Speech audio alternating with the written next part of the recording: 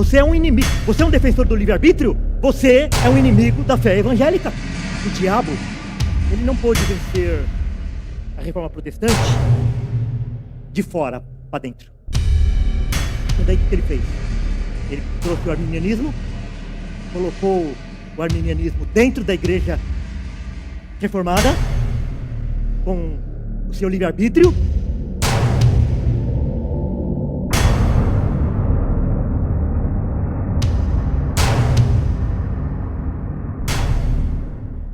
A paz de Deus e a graça do Senhor Jesus. Hoje eu quero comentar aqui sobre a fala desse pastor, que ele é um pastor das igrejas Batista Reformada.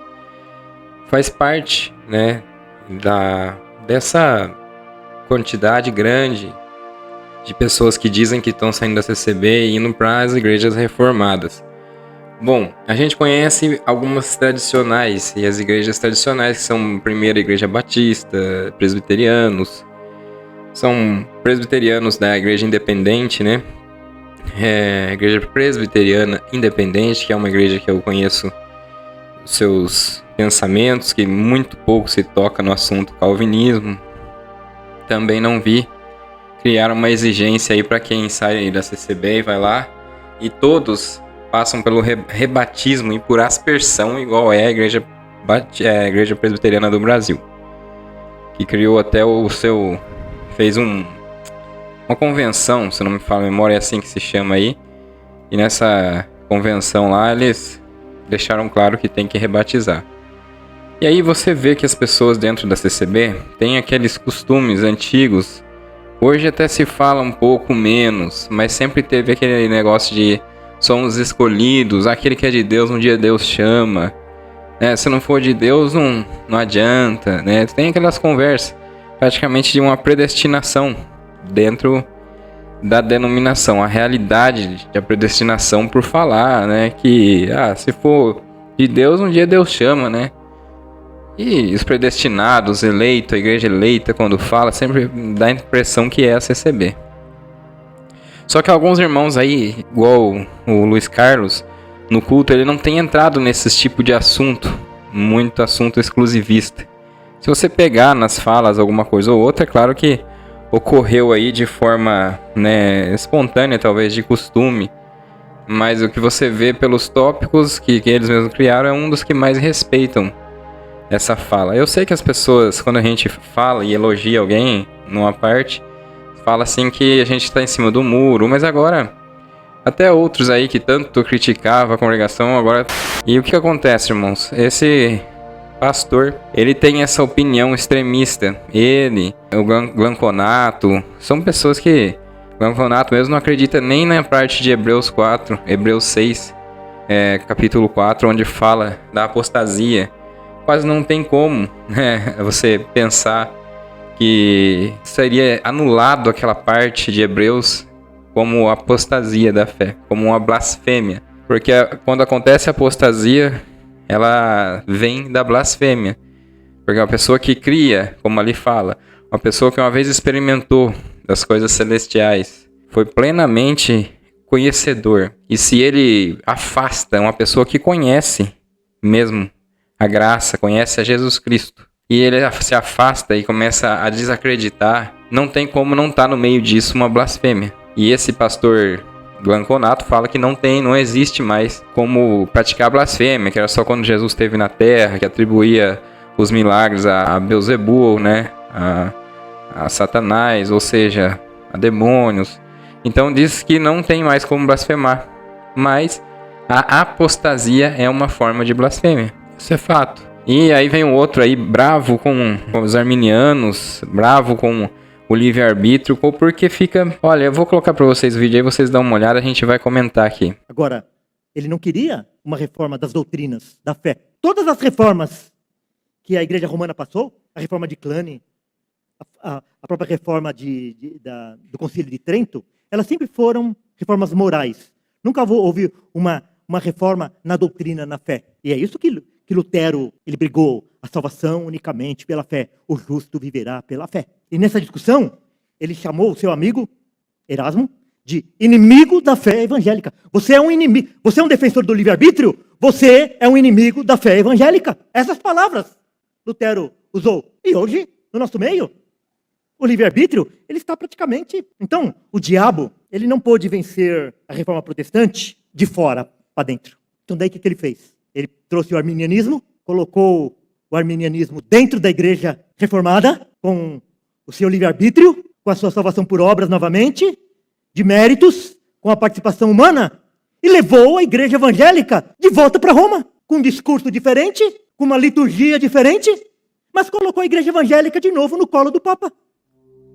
Infelizmente, você vê que... Por que eu ficava aqui falando de uma esperança de um renovo dentro da CCB, de uma melhora de entendimento, de uma compreensão melhor?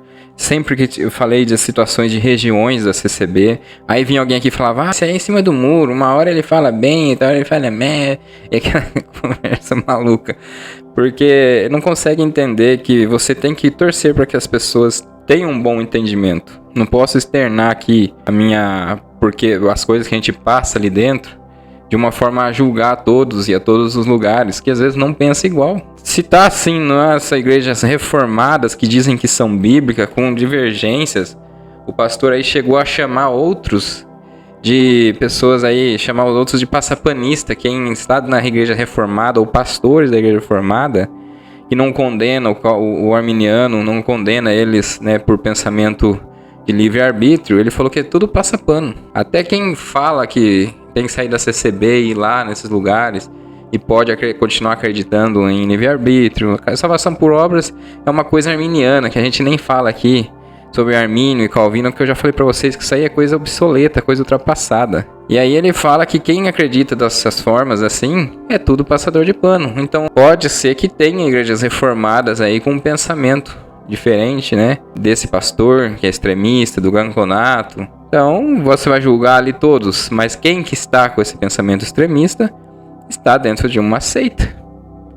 E ponto final. O extremismo, ele provém de uma seita. Que praticamente eles não querem falar, mas é claro que eles gostam que saem pessoas dessas igrejas pentecostais, dessas igrejas que saem e vão para as igrejas reformadas deles. Então eles quase não vão atacar de qualquer forma, de forma direta, né, esse pensamento deles exclusivista. O próprio pastor aí, esse pastor que eu coloquei no vídeo, ele fala que muitos outros pastores pensam igual a ele, ou já pensaram, e ele aprendeu com eles. Agora, como que a gente vai fazer, né? Você tira uma pessoa, você fala, ali não é igreja bíblica, tudo bem, acredita não sei o quê. Essas pessoas aí acreditam que ali a CCB é a graça, né? Embora tenha tido aí os tópicos de ensinamento, mas só que aí você vai mandar pra onde? Vai mandar pra na mão desses pastores, que coloca dúvida no coração das pessoas. Quantas pessoas não é apavorado por dúvida? Há muitos anos atrás eu assisti um programa de perguntas que ia para um pastor, e a maior parte das perguntas era a confusão do presbiteriano, né, na questão da predestinação, porque nem toda a igreja presbiteriana fica tocando nesse assunto de Calvino, mas tem lugares que frequentemente o assunto é predestinado, e é onde as pessoas às vezes não têm nem certeza, porque se eles falam que você pode fazer o que você quiser, e você aceitar Jesus Cristo, e às vezes você anda corretamente, isso é uma avaliação externa do homem para o outro, você é aquela pessoa aparenta ser crente, pode ser que não seja predestinada, é assim que eles falam. E outros que às vezes você acha que, né, tá lá andando de qualquer jeito e às vezes é uma pessoa predestinada. E então, irmão, fica aí nessa confusão teológica, acaba aqui criando um outro exclusivismo, uma outra ideia falida sobre Deus e o nosso Senhor Jesus Cristo, porque tornaria ineficiente ou à toa Jesus entregar as dores, sentir a dor humana na cruz, né? Se fosse já tudo certo para Deus, na maneira que eles querem enxergar a soberania de Deus, na maneira que eles querem ver que Deus predestinou, obviamente, pela sua soberania, onde tudo acontece simultâneo, não existe hoje ou amanhã para Deus. Isso existe para nós, foi criação, o tempo, o espaço foi criação para nós. Então, obviamente que na soberania de Deus tudo acontece simultâneo. Para ele de um dia como 1000 anos e 1000 anos como um dia. Aqui faço o cenário do que existe nesse mundo e do que existe no outro mundo. Aqui parece que tudo que está em volta de nós é o que existe. Mas, irmãos, a vida humana, quando ela termina, nós saímos dessa dimensão e entramos em outra dimensão. Não é uma dimensão física. Não há como o ser humano entrar nessa dimensão com tecnologia nem consciência. É inatingível. Aquilo que nós chamamos de realidade, às vezes é fantasia. Irmãos, quando vocês observam o pôr do sol, vocês estão olhando para o passado. Sabia isso? O sol está se pondo, a pessoa olha o sol, que bonito o pôr do sol. Mas aquilo ali é passado. Sabe por que é passado? Porque a luz do sol demora 8 minutos para vir do sol até na terra. Enquanto o sol está se pondo para nós, o sol já não está. Aquilo já aconteceu, é que o tempo de chegar a luz até aqui demora. Tem estrelas que eles olharam no passado aí, ó. Eu vi até uma delas, não me lembro o nome. Foi em 1950 e poucos. Essa estrela tinha morrido há muito tempo, que essa estrela não existe mais.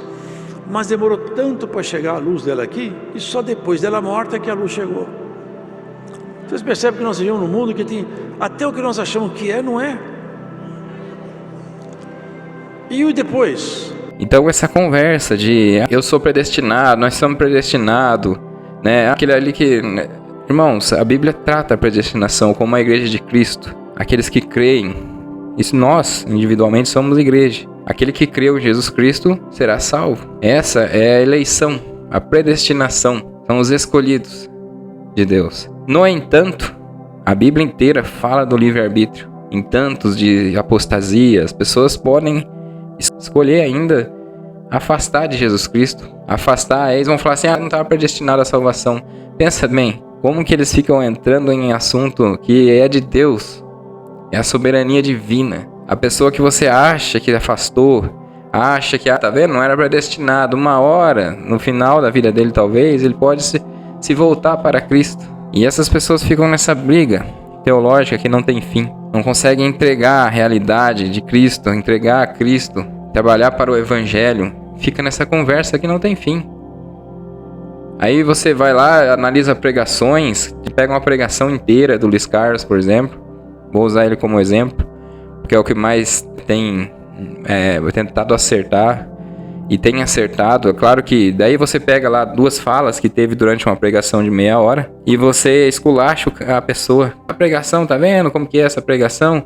Aí vai lá o pastor estudado, seus programas de estudo do Velho Testamento, né? Toda a sua exegese, escatologia, tudo aí vem com essa conversa de não haver blasfêmia mais, de predestinados ou não, Então, irmão, pra que ficar nessa luta aí sem fim, incessante, né? Porque a gente tem que, eu sempre falei aqui, exigir as pessoas que, em alguns vídeos, que saísse da CCB no lugar que tá te fazendo mal, nas regiões que tá te fazendo desistir até muitas vezes da própria fé, porque não mostra Deus jamais, não é um testemunho de Deus a denominação em certos lugares da CCB. Mas com raras exceções, raros lugares, tem quem possa levar uma vida cristã ali dentro, sim, por que não? Aí ele vai doar sua vida lá para... Não, eu vou sair, eu vou lá para tal igreja. Aí vai lá trabalhar, pagar a sua carteirinha nas outras igrejas. Esses dias recebi aí uma mensagem da igreja, né? Uma dessas igrejas reformadas aí, que a mulher não pagou a carteirinha, eu não sei como que funciona, ou não deu o dízimo. Ficou de banco, sentado com disciplina. Porque isso faz uma falta enorme para eles. E vai fazer o que, irmãos? Né? Isso aí então é o evangelho. Então, irmão, cada um tem que buscar conhecimento, orar sem cessar, buscar Deus e fazer a sua parte. Você responde aqui, neste plano de entendimento, você responde pelo que você escolhe. E pronto, final. Aqui foi criado para nós entender isso. Nós vamos responder por aquilo que escolhemos. É interessante que o livre-arbítrio, para eles aí não existe. Mas na hora de você escolher sair da sua denominação para ir na igreja deles, aí é a sua escolha. Aí você teve o livre-arbítrio. Coisa incrível.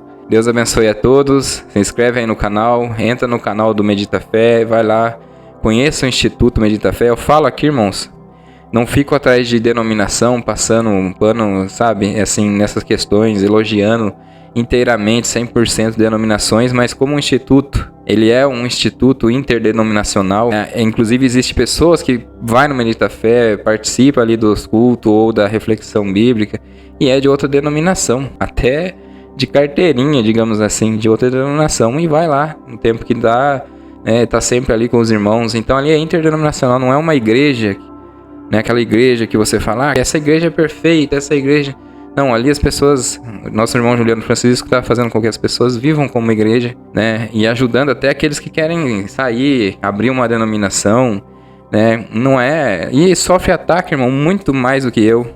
Muito mais do que qualquer um crítico aí. Porque, na verdade, irmão, a gente aqui tem um filtro no YouTube, né? E ele filtra as situações aí de falas das pessoas. Às vezes até, a gente sempre fala aqui, filtra até quem não falou nada e não foi contra o canal. Mas às vezes ele fez um comentário e o YouTube entendeu que era contra mim, às vezes acaba bloqueando.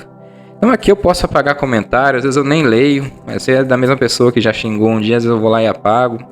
E nem leio, e a pessoa não fica sabendo, né? Mas agora ele não, ele é direto. O Juliano criou uma frente direta. Ele estabeleceu algo sólido, que é o Medita Fé. Então as pessoas atacam nos comentários. Eu vejo comentários nos vídeos lá, irmãos, é absurdo, de extremista religioso.